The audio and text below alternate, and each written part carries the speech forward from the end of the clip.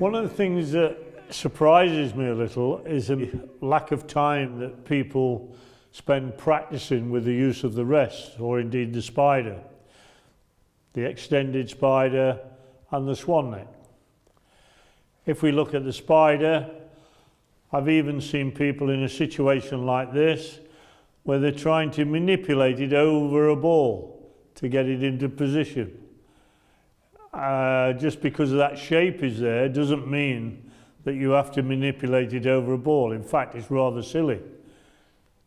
All you need to do is place it there. So here I'm using the spider. I'm aware that it's a tricky implement to use, so I'm not going to take any liberties with it at all. So here I just shorten my swing a little, make sure I have a fair amount of practice, and then play the shot. If I'm in a situation like this, where it's impracticable to use the ordinary spider, I've now got the extended spider. So here, I just go over all three of those reds. Again, no liberties taken whatsoever.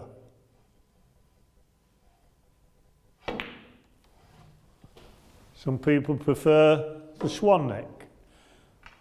From there, I can get a little bit lower than I normally can with the extended spider.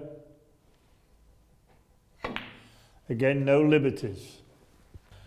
One that I prefer personally is to use the ordinary spider and place the rest on top. I find it quite easy to hold both shafts together, and it gives me the possibility of adjustment here. So both on top, and from there I can just manipulate the length at which I want to play at. Again, no liberties, and then play the shot. If I'm in a situation like this, and none of the spiders are any good to me really, one thing I can do, get the ordinary spider, place it like this,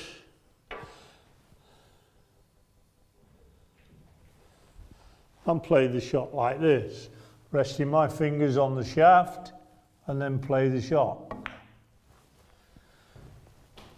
I want to mention the date at this point because the date is October 2016, and at this moment in time this shot is quite legal.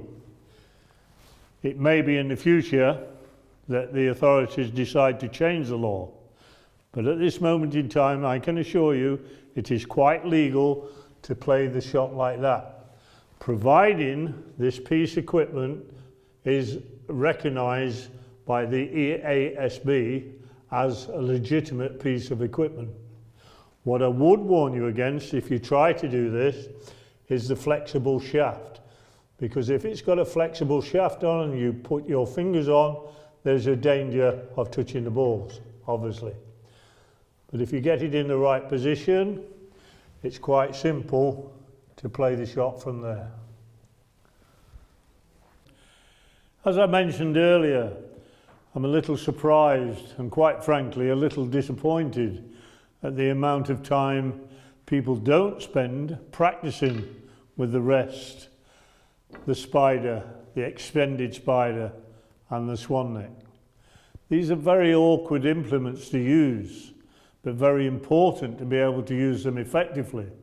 There are a lot of frames of snooker won or lost because people can or cannot use these implements effectively. Remember, this replaces your bridge. Keep it still, keep the shaft still. If you press down or hold it like that, doesn't really matter, but please ensure that it's still. They require a little bit of practice. Examine your technique and then practice them. Please don't ignore their use. They need a lot of practice.